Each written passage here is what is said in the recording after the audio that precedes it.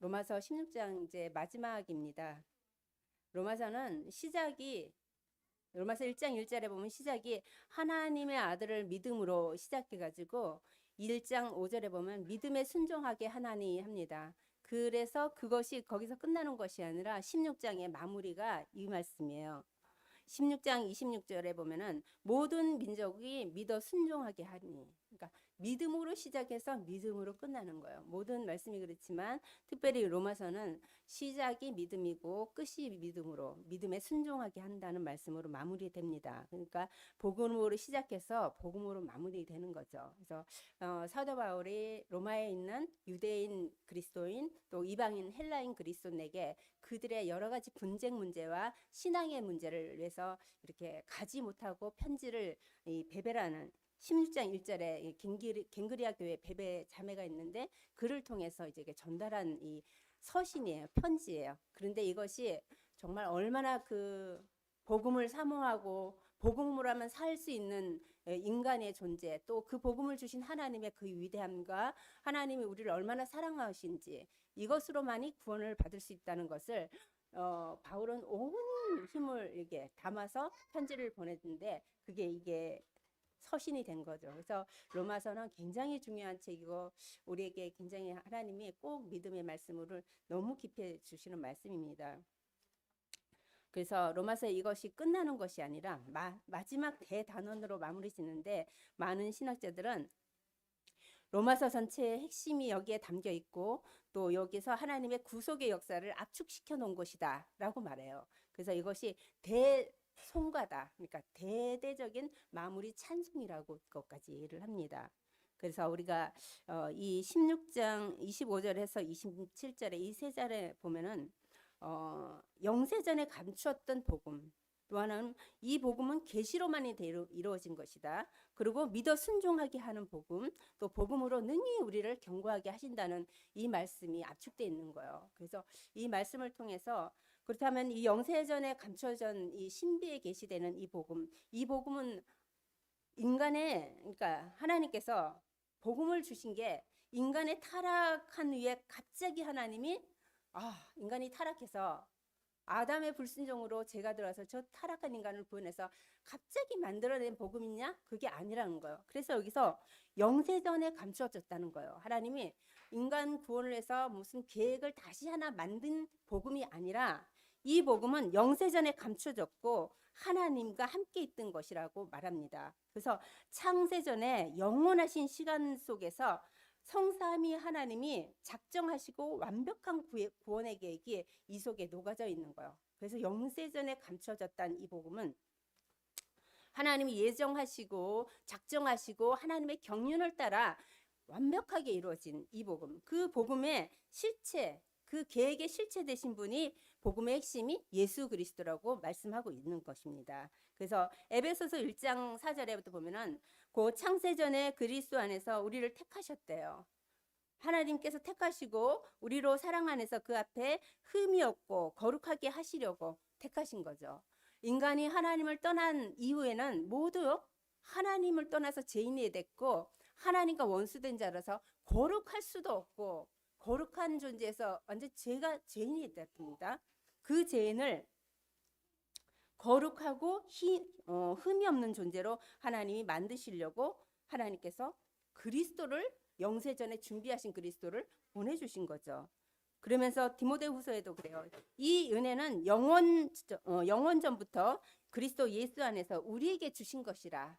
복음은 그냥 주신 게 아니라 지금 온 게 아니라 영원전에 창세전에 하나님은 우리에게 주시려고 준비해 주신 그리스도.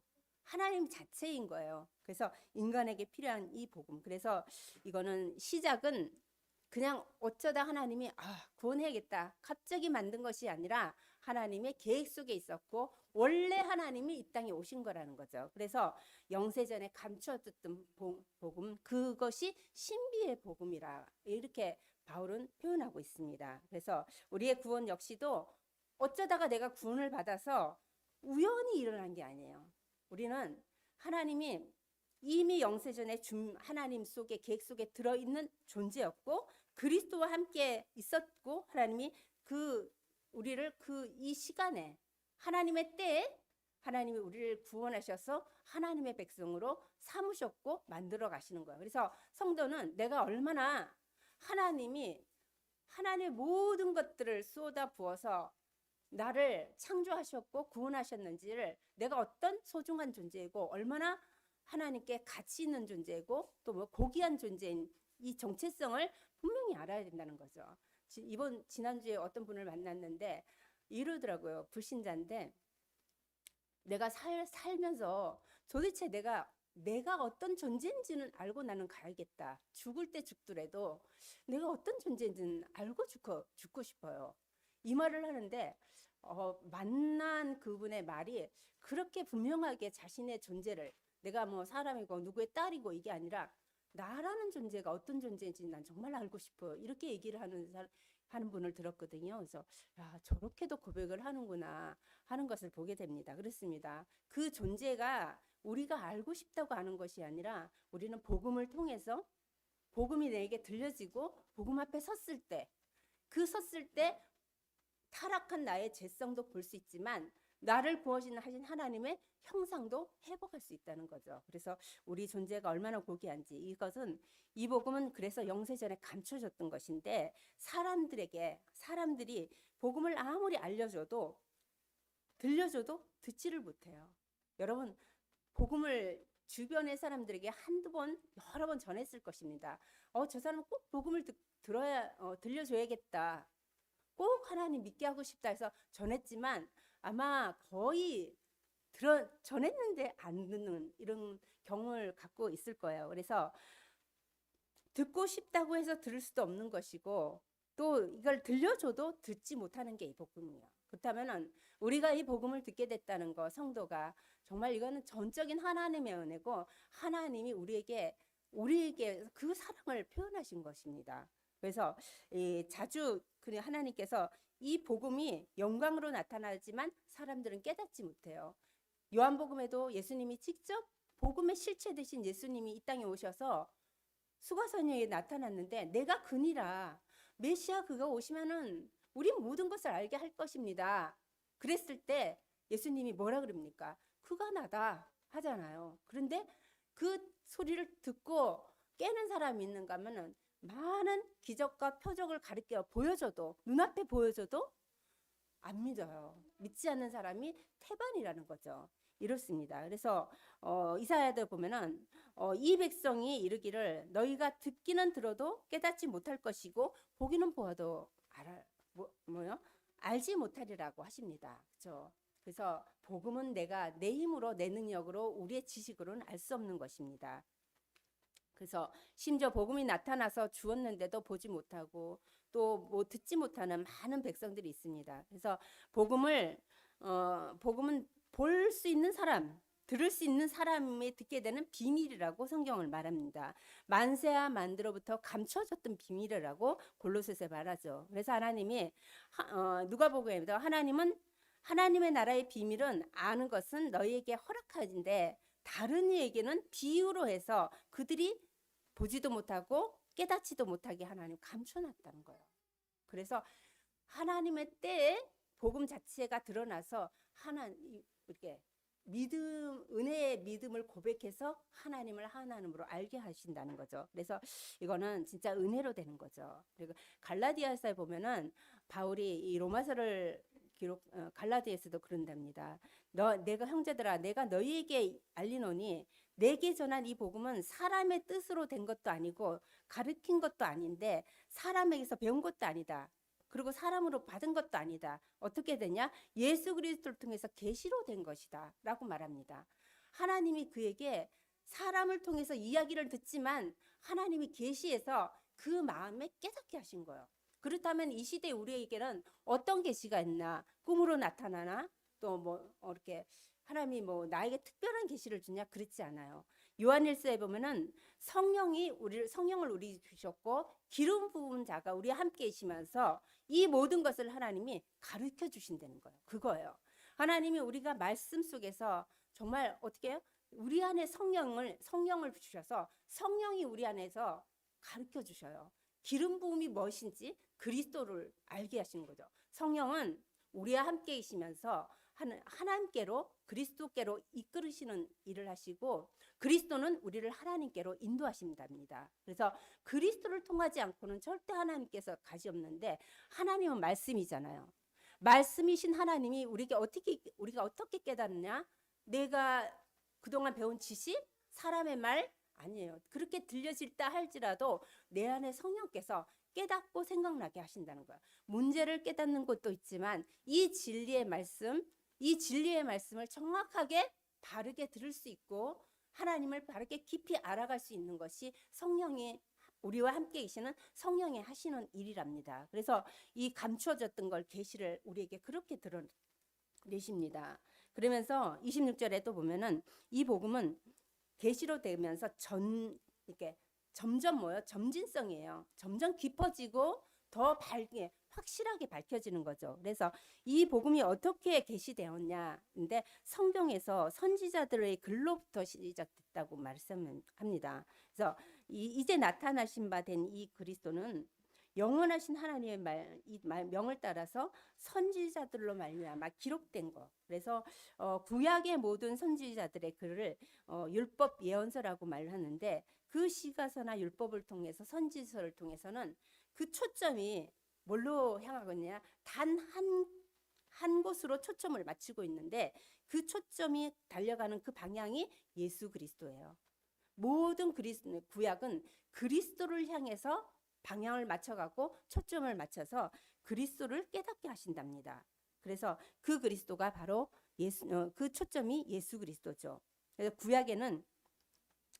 구약은 복음의 그림자예요. 그래서 구약의 방주도 그림자였고 또 바벨탑도 그림자였고 노아 그 홍수 때 일어난 모든 것들이 아브라함을 부르시고 약속하신 것도 그림자였고 이삭을 예표해서 메시아 오실 것을 그 십자가 지실 것도 그림자였고 모든 것들이 그림자였습니다. 그래서 이 구약의 그림자이고 그거는 약속이었는데 그 약속 대신 예수 그리스도가 이 땅에 오셨는데 그분이 실제로 오신 실제 드러난 거죠. 그러니까 영세전에 감춰졌던 게 이제 감춰져서 복음이 점진적으로 나타나서 이제는 완전히 그 자체가 드러나는 게 그게 예수 그리스도예요. 그래서 로마서 1장에 보면은 우리 로마서 1장 한번 보겠습니다. 1장 2절에서 4절의 말씀인데요. 이 복음은 하나님의 선지자들을 통해서 그 아들에 관하여 성경에 미리 약속하신 것이라. 그죠? 여기 성경은 구약을 말하는데 구약에 이미 미리 약속을 하셨대요. 보내주실 것을. 그 아들에 관하여 말하면 육신으로는 다윗의 혈통에서 나셨고 성결의 영으로는 죽은 자 가운데서 부활하사 능력으로 하나님의 아들 그리스도이심을 선포하셨으니 곧 그가 우리 주 예수 그리스도시라고 말합니다. 이게 복음의 실체라고 성경을 말합니다. 그래서 히브리서에도 옛적의 선지자들을 통해서 여러 부분과 여러 모양으로 우리 조상들에게 하신 말씀, 하나님이 모든 날 마지막에 아들을 통하여 우리에게 말씀하신다. 마지막 날에 드러난 예수 그리스도를 통해서 십자가에서 모든 복음을 완성시키고 나서는 지금 우리에게는 말씀을 통해서 복음을 계속 듣게 하시고 말씀이 우리 속에 계속 운행하게 하십니다. 그래서 우리가 하나님을 더 가까이 대면한다, 하나님과 교제한다, 하나님과 동행한다. 어떻게 할 수 있냐? 말씀을 통해서 하는 거예요. 여러분에게 주시는 말씀을 잡고 하나님과 그 말씀을 읊조르면서 하나님과 이야기하고 그 말씀에서 더 깊이 하나님을 깨달아가고 말씀이 지금 나에게 무엇이라고 말하는가를 계속 물어가면서 그 가운데 우리가 인생을 살아갈 때 문제가 올 수도 있고 환경이 어려울 수도 있고 뭔가 만남이 있을 수 있대. 그때 하나님의 주인 삼아서 주인 되신 하나님께 계속 기도하면서 이끌림 받는 거죠. 동행하는 게 하나님과 동행하는 거는 옆에 하나님이 내 속에 함께 계시고 나의 배경이 되시는데 실질적으로 동행은 말씀이신 하나님이 그게 이제 점진적인 계시로 나타나는데 하나님이 어린아이에게는 이렇게 짧게 깊이 근데 점점 성숙하고 믿음의 뿌리가 내리고 믿음이 성장한다는 것은 말씀을 더 깊이 보는 거죠. 더 깊이 더 구체적으로 그래서 성경에서 말하는 이 복음의 깊이가 깊어진다는 거죠. 그래서 그 깊이와 넓이와 높이가 무한한데 우리는 이 땅에서 다 알 수가 없어요.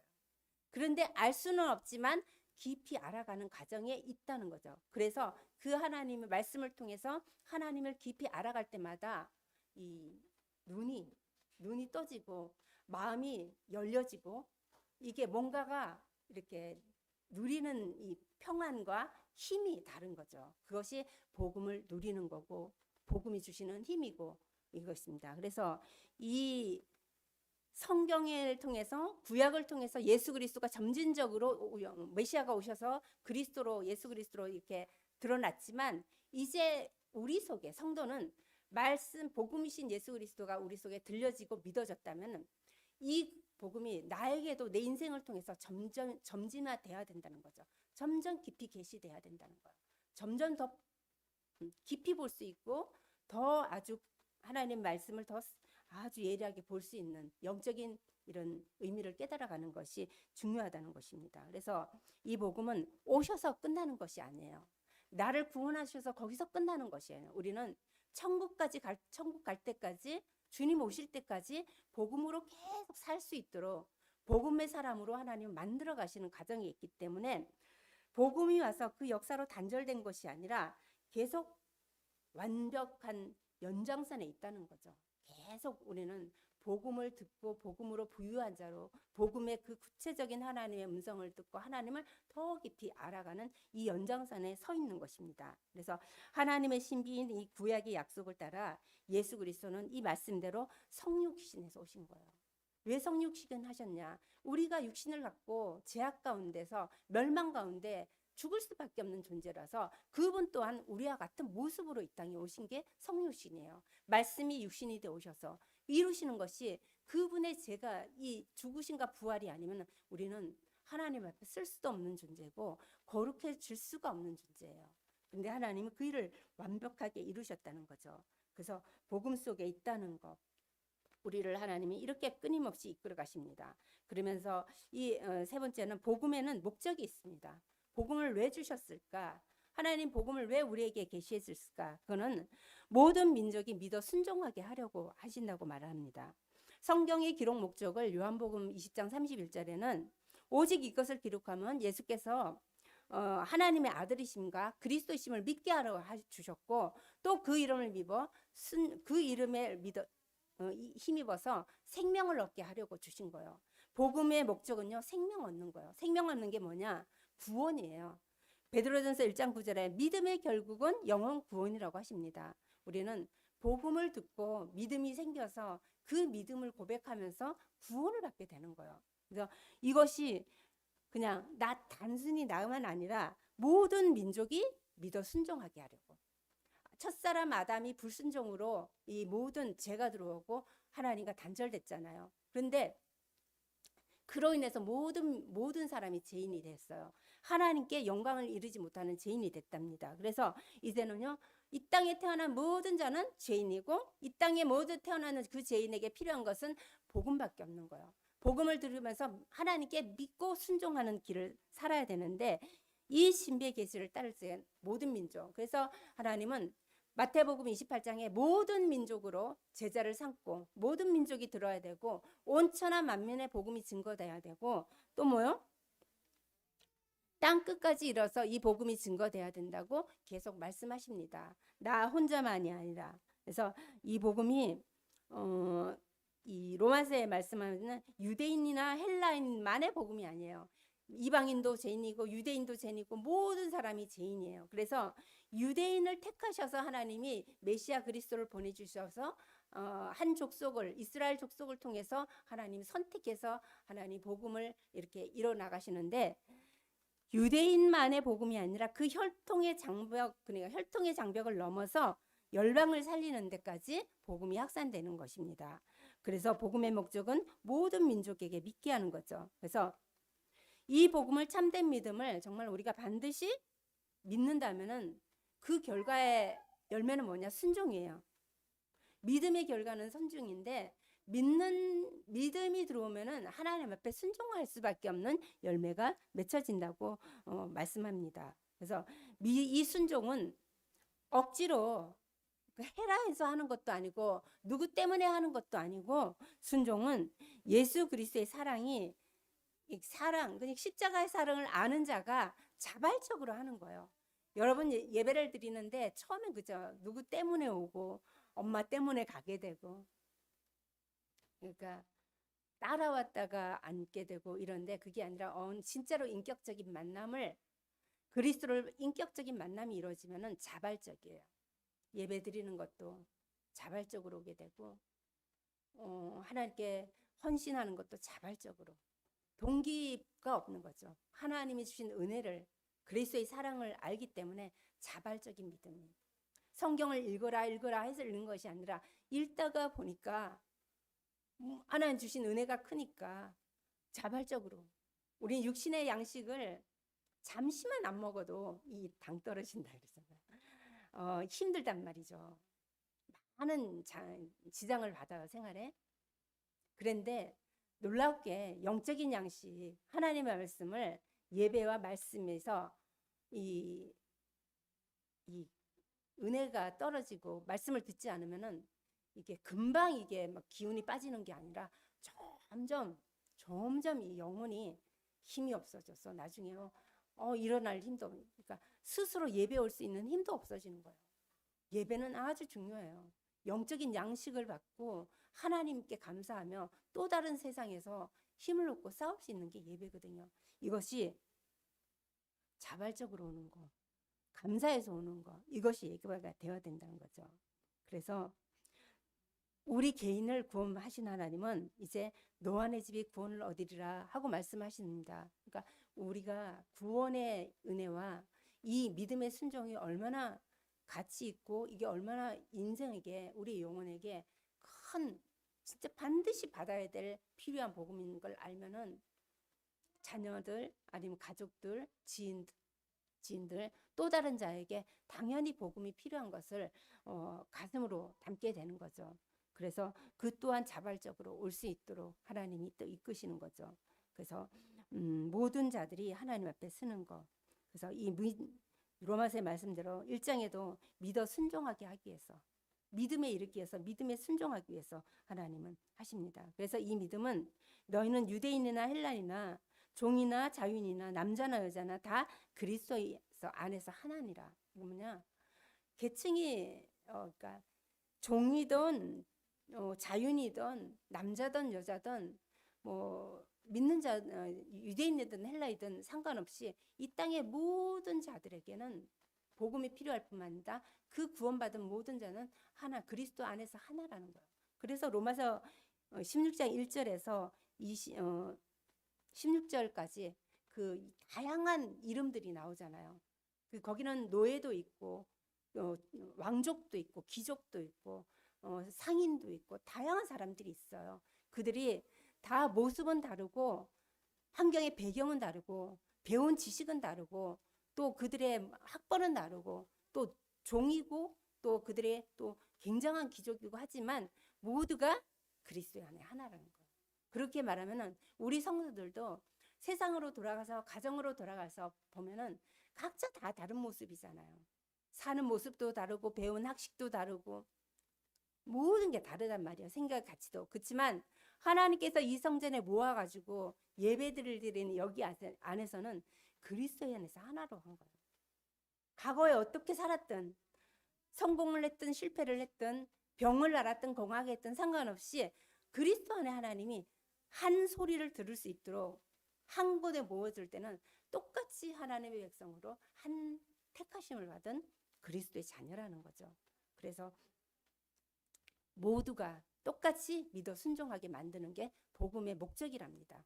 구원의 목적과 함께 믿어서 순종하게 하는 게 복음의 목적이에요. 일단은 우리가 지금 믿어 순종하는데 이게 끝까지 가냐? 정말 안 그래요. 왜냐하면 인간은 육신을 가졌기 때문에 이 복음을 듣는 데는 너무 힘들어요. 복음의 자리를 또 복음을 깊이 알아들으려고 하는 훈련을 아니면 성경을 읽는 거, 기도를 정해놓고 하는 거 이게 쉽지 않아요. 나와의 싸움이고 시간을 내야 하는 거고 많은 것들이 필요해요. 그런데 이게 하나님이 우리에게 주신 은혜로 계속 우리에게 쌓여야 된다는 거죠. 우리 육신은 그걸보다는 뭘 좋아하냐면 세상에 가는 걸 너무 좋아해요. 잠시 쉬는 거, 놀이 가는 거, 뭐 하는 거. 모이는 거, 정말 그걸 더 좋아하고 사람과 이야기하는 걸 좋아하지, 복음을 통해서, 말씀을 통해서 하나님과 깊은 대화, 말씀을 읊조리는 거 쉽지 않아요. 그래서 어쩌면 내 안에 이 죄성과 끊임없이 싸워야 될 이게 일인 우리에게 몫인 것 같습니다. 그렇지만 하나님은 끝까지 내가 넘어졌다 할지라도, 놓쳤다 할지라도 하나님은 다시 세워서 하신답니다. 왜냐하면 신실하신 하나님은 구원받은 우리를 그냥 내버려 두지 않아요. 끝까지 하나님의 백성을 이끌어 가신답니다. 그래서 하나도 놓치지 않고 하나님은 다 모아 가신다는 거죠.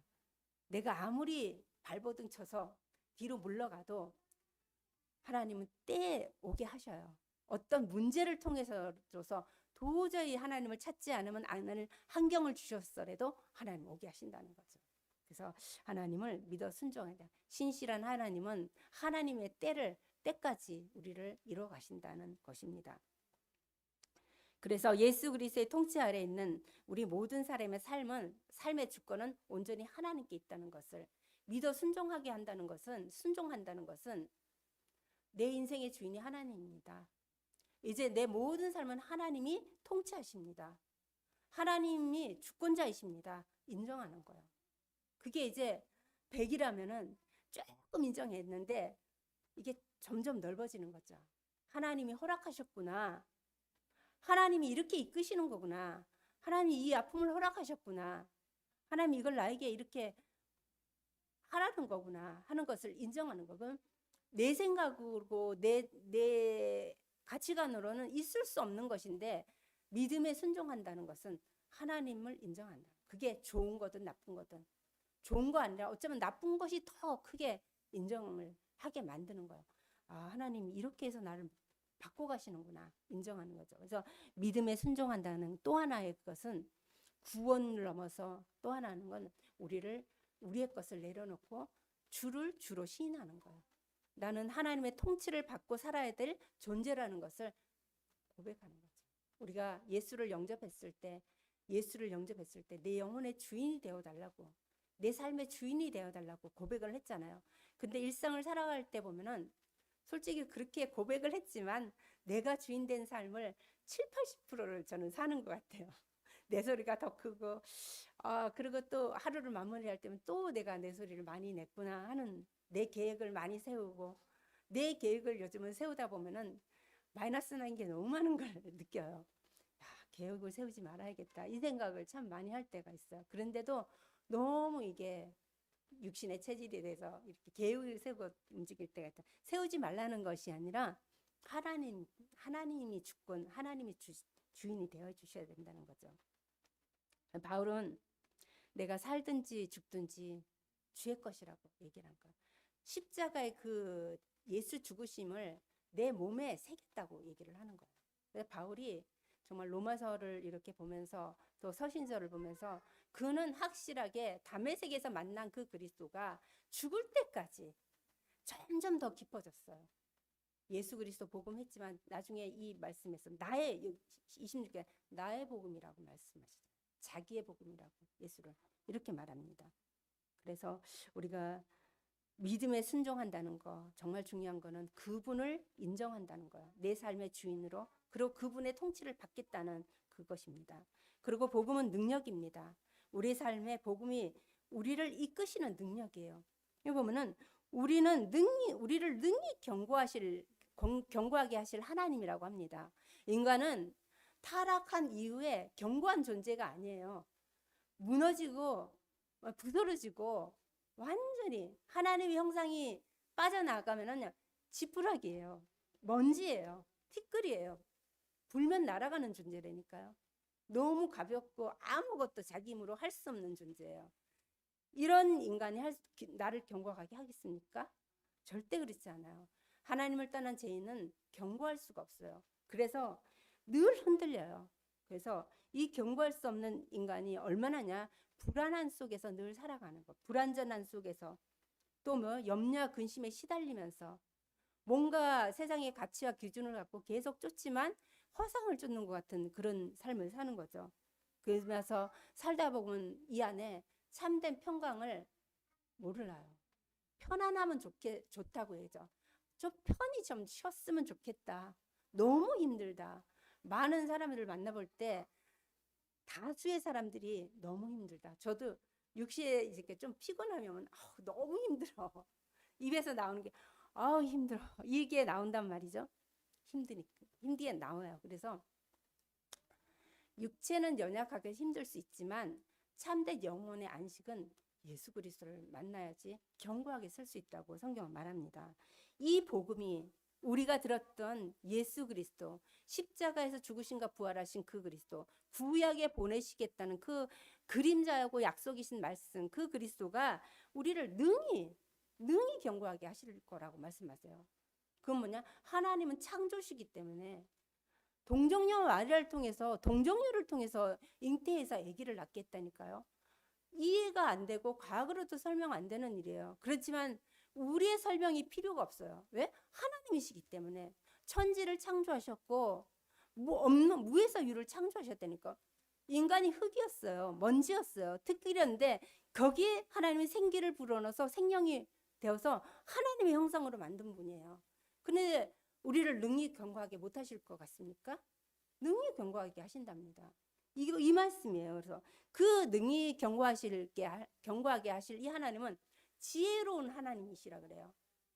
모든 지혜 근본이 하나님이신데 우리가 가장 가치 있게 원하는 거, 뭐 세상에 금은보화 많은 것들 가치 있지만 진짜 우리에게 가치를 얻는 것은 지혜라. 그러니까 솔로몬이 뭘 구했어요? 이스라엘의 하나님 백성을 다스릴 수 있는 지혜를 달라고 구했을 때 하나님은 그에게 모든 것들을 허락하셨어요. 그러니까 그 지혜로만이 그 지혜가 하나님께로 온다는 걸 알았던 거예요. 이거요. 하나님의 지혜로 우리를 견고하게 하실 수 있다는 거죠. 그분은 창조의 하나님이고 전능자이고 늙지 못한 이삭을 하나님 죽은 자 가운데 살릴 걸 믿었던 아브라함처럼 아브라함과 사라는 아기를 낳을 수 없는 몸이에요. 그런데 하나님은 그들을 통해서 이삭을 낳았어요. 하나님은 그렇게 일을 하셨다니까요. 그래서 그 하나님은 우리 역시도 복음을 주시고 우리에게 생명을 주시고 우리와 함께 하신 하나님 우리를 능히 견고한 내가 연약한 거 무지한 거 넘어진 거 뭐 때문에 제 속에 있는 거 하나님은 너무 우리 심장 폐부까지 아시기 때문에 다 아신답니다. 거기에 뭐가 필요하냐? 다른 것이 아니라 그리스도가 필요합니다. 하나님의 은혜가 필요합니다. 죄인이 살 수 있는 것이 하나님밖에 없습니다. 고백하고 하나님 앞에 쓸 때 우리를 견고하게 하시는 것이 하나님이시라는 것입니다. 그래서 세상에 살아가는 성도가 늘 흔들리지만 죄와 유혹 속에 끊임없이 빠져요. 저 역시도 고난이 왔을 때도 흔들려요. 그렇지만 바울은 확실하게 얘기해요. 우리를 능히 견고하실 이가 예수 그리스도다. 이는 거짓이 아니에요. 진짜. 그래서 우리의 믿음은 뭘 잡고 내가 잡는 것이 아니라 믿는 거예요. 뭘 믿냐? 말씀으로 믿는 거예요. 내가 믿어지지 않는다고 하는 것이 아니라 이 사실을 믿는 거예요. 이 사실의 실체 되신 그리스도, 그 실체 되신 그리스도를 보내셔서 우리를 죄에서 건지시고 우리를 견고하게 하셔서 믿음의 사람으로 만드셔서 하나님의 목적대로 이끄시는 그분, 그 사실을 우리는 믿고 고백하는 거죠. 그래서 이렇게 견고하실 하나님이 복음을 주셨다는 거, 복음으로 우리와 함께 계시다는 거. 그래서 십자가에서 최고의 지혜를 주시는 건 오직 그리스도. 그래서 그리스도를 잡는 거죠. 그래서 그 그리스도를 통해서 우리는 하나님께 영광을 돌릴 수 있는 존재가 됩니다. 그래서 모든 사람이 죄를 범하여 하나님의 영광에 이르지 못한다고 했는데 그리스도를 통해서 우리는 하나님께 영광을 돌릴 수 있는 존재가 돼버린 거예요. 이 하나님의 지혜는요. 예수 그리스도는 하나님의 지혜면 하나님의 능력이라고 그래요. 그 지혜가 어디야? 예수 그리스도 안에 다 들어있는 거예요. 모든 지혜와 지식과 보화가 그리스도 예수 안에 있느니라 라고 말씀하시는 겁니다. 그래서 하나님이 오직 부르심을 받은 자는 유대인이나 헬라인이나 그리스도 안에서 하나님의 능력이고 하나님의 지혜라는 거예요. 우리의 지혜는 어디서 냐? 하나님께로부터 오는 거고 우리의 능력은 어디서 냐? 하나님께로부터 오는 거예요. 그래서 성령께서 우리를 그곳에 인도하시는 거죠. 그래서 많은 사람들이 미련하다고 보는 십자가가 구원받은 우리에게 능력이 되는 거예요. 그래서 우리가 잡을 것은 십자가에 밖에 없는 거예요. 십자가 앞에 가서 내가 죽고 그리스도로 사는 거. 이게 참 가장 지혜로운, 그리고 가장 견고하고 가장 능력 있는 삶이라고 성경은 말하고 있습니다. 그래서 십자가는 이 하나님께서는 세상의 복음으로 나타나셔서 이제 모든 민족에게, 모든 족속에게 믿어 순종케 하면서 구원을 위해서 주셨습니다. 그래서 하나님은 모든 사람이 구원을 받고 진리를 아는 데 이르기를 원하는 겁니다. 그러니까 우리 역시도 하나님은 진리를 알아가길 원하는 거야. 진리를 알게. 그리고 하나님은 죄악 가운데 죽어가는 걸 원치 않아요. 아, 나는 구원받았는데 또 저 불신자가 구원받고 뭐 죽어간다. 너 나 믿지 않으니까 죽어야 돼. 이걸 원치 않는다는 거예요. 근데 에스겔서 18장에 그래요. 여호와께서는 내가 어찌 악인이 죽는 것을 조금이라도 기뻐하겠느냐. 저 불신자가 죽는 걸 내가 왜 기뻐하겠느냐. 그가 돌이켜서 그의 길을 떠나 사는 것을 나는 기뻐한다. 그 불신자가 돌이켜서, 죄악에서 돌이켜서 그 죄악의 길에서 떠나서 하나님께서 오는 걸 나에게로 들어와서 믿음으로 사는 거, 그걸 기뻐한다고 말씀하시는 거예요. 우리 왜 그래 안 믿으면 죽어 지옥 가는 거야. 이 너무 가벼운 말인 거예요. 그건 아주 하나님도 그렇게 말씀하지 않았다는 거죠. 그래서 하나님의 지혜에 있어서는 이 세상에 자기의 지혜로 하나님을 알지 못하고 하나님께서 전도에 미련하는 것을 믿는 자를 위해서 구원하셨다. 이 전도가 십자가의 도를 전하는 게 전도인데 그것으로 구원을 받고, 그걸 듣고 구원을 받고 그것으로 하나님의 능력이 임한다는 게 너무 미련해 보이는 거예요. 그런데 그게 능력이라는 거죠. 능력은요, 예수 그리스도의 피로서, 그 피가 능력이에요. 우리의 죄를 해결하시기 때문에. 예수 그리스도의 부활이 능력이에요. 왜요? 우리를 죽었다가 살아나는 능력이기 때문에. 그랬듯이 피의 능력이 엄청 큰 거예요. 예수를 믿고 많은 순교자들의 피를 흘렸습니다. 근데 그 피를 흘리고 사람은 죽었는데, 전하는 그 순교자들이 예수를 죽었는데 핍박하던 자들이 다시 예수를 믿고 돌아오는 이 피가 흩어진 곳에 예수 믿는 그 부흥이 얼마나 크게 일어났습니까? 한국 초대교회도 마찬가지였어요. 선교사들이 들어오지도 못하고 죽었는데 그 피가 확산돼 가지고 지금에까지 우리에게 복음이 들렸잖아요. 하나님의 복음은 능력인 거예요. 죄를 해결할 수 있는 피의 능력. 이 피를 믿고 구원받은 자가 순교의 피를 흘려서 그 순교의 피를 통해서 또 모든 자를 믿게 하는 능력. 어마어마한 능력이죠. 누군가가 그냥 제 방송에서 들었는데 예수를 어떻게 믿게 됐냐니까 어떤 분이 자기에게 전도지 한 장을 줬는데 그 전도지를 갖고 와가지고 한참 있다 자기가 너무 어려운 문제가 있는데 그 전도지가 자기 책상에 있는 걸 보게 됐대요. 버리지 않고 둔 거죠.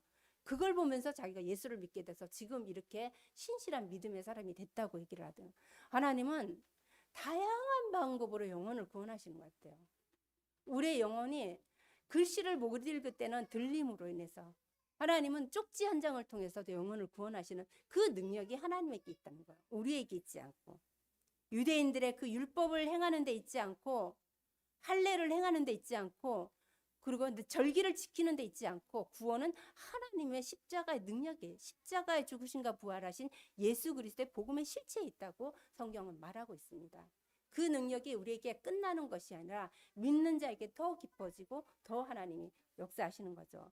바울은 이 지혜로우신 하나님의 말씀을 듣고, 우리의 성화도 마찬가지예요. 우리는 우리의 구원과 성화, 그리고 영화에 의지하는 이 모든 것은 우리의 열심에 달리지 않았어요. 우리 예배 드리는 것을 열심히 드리는 것이 아니라 하나님께 감사해서, 당연히 하나님 백성이라서 드리는 거예요. 그래서 이 십자가의 복음이 우리를 붙들어 주는 거예요. 내가 복음을 붙드는 것 같지만 사실은 하나님이 은혜를 주셔서, 믿음을 주셔서 복음을 듣게 하고 믿게 하는 게 믿는 거죠. 내가 복음을 붙드는 게 아니라 붙들어야겠다는 믿음을 하나님 주시는 거예요. 그래서 말씀을 잡는 거죠. 이렇게 하나님이 내 힘으로 하는 것이 아니라는 거죠. 오직 하나님의 은혜로 능력으로 우리를 하고 계신다는 거죠. 그래서 바울은 이 복음의 시작과 함께 그 시작은 성삼위 하나님한테 이미 담겨진 영세전에 있던 것이고 그것은 구약을 통해서 그림자로 약속으로 성취돼서 계시로 나타나셨고 그래서 이 복음은 성취되셨다는 거. 그리스도가 오시면서 그리고 그 복음의 목적은 영혼 구원의 중심이 있다고 말합니다. 그리고 복음의 능력은 오 그리스도 예수의 왕되심이 우리에게 늘 나타나는 거예요. 우리를 제사장 삼으셨어. 그래서 이 바울은 이 복음을 나의 복음이라고 16절에 말하는 거예요. 이 나의 복음 예수 그리스도 감추어졌던 비밀이다. 우리 역시도 성경이 말하는 예수 그리스도, 실제가 오신 예수 그리스도, 교회에서 말하는 그리스도, 목사님이 선포하신 그리스도가 아니라 이 그리스도가 나의 그리스도가 돼야 돼. 나의 하나님, 나의 주인, 내 영혼의 하나님이 돼야 된다는 거죠. 하나님은 그걸 원하시는 거예요. 그렇게 우리의 믿음을 성장시켜 가시는 거죠. 그러면서 바울이 전한 나의 복음이 뭐냐? 예수 그리스도였어요. 바울은 이 그리스도가 최고의 가치였어요. 그래서 자기의 모든 가지고 있던 모든 자기의 그 가문의 배경, 갖고 있는 지식의 배경, 모든 것을 썩은 배설물로 내려놓고 최고의 지식인 예수 그리스도를 잡고 달려간다고. 표대를 향해서 달려간다 그러죠. 우리 역시도 주님이 주시는 이 복음을 갖고 주님 오실 때까지, 어쩌면 오시기 전에 내가 먼저 부름받을 수도 있는데 그때까지 우리 달려갈 길이 예수 그리스도인 거죠. 끝까지. 여러분 인생에 정말 우리에게 준 이 예수 그리스도를 믿는 믿음이 점점 깊어지고 또 믿음에 순종하면서 또 우리의 삶의 온전한 주인으로 모셔서 이 삶이 우리 모두에게 정말 은혜로 전달되고 은혜로 많은 영혼에게 전달돼서 함께 하나님의 그 복음의 능력을 맛보고 하는 게 너무 우리에게 합당한 일이 아닐까 생각합니다. 아까 이조 집사하고 이렇게 직장에서 동료로 있다가 그 친구가 성전에 와서 예배를 드리는데 너무 일찍 왔어요. 그래서 권사님하고 들어왔더라고요. 그래서 하는 얘기가 제가 너무 일찍 왔나요? 이러더라고요. 새신자가 저렇게 말하는데 약간 그랬어요. 그래서 그 친구가 같이 여기서 예배를 드리는데 직장에서 이렇게 같이 예배 드리는 자가 자기 직장에 같이 이렇게 나눔이 있다는 게 이지호 집사 말이에요. 너무 신기하대요. 너무 새롭대요. 이게 복음의 능력입니다. 하나님 또 다른 성장을 하고 계시는 거죠. 그래서 우리는 새로운 그분도 복음으로 믿고 성장해야 되고 우리 역시도 그와 함께 다시 성장해야 되는 이것이 우리에게 주신 은혜인 것 같습니다. 여러분 로마서가 이렇게 마무리됩니다. 믿음으로 시작해서 믿음에 순종하라고. 우리는 하나님의 부르신 그날까지 믿음에 순종하는 삶을 우리 모두가 살아야 된다고 생각합니다. 그래서 우리 성전이 정말로 영적으로 정말 성장하고 정말 하나님의 은혜로 풍성한 그런 성전이 되고 더 나아가서는 우리 개인 한 사람 한 사람이 하나님으로 충만한 그런 성전이 될 수 있도록 예수님의 이름으로 권면드리겠습니다.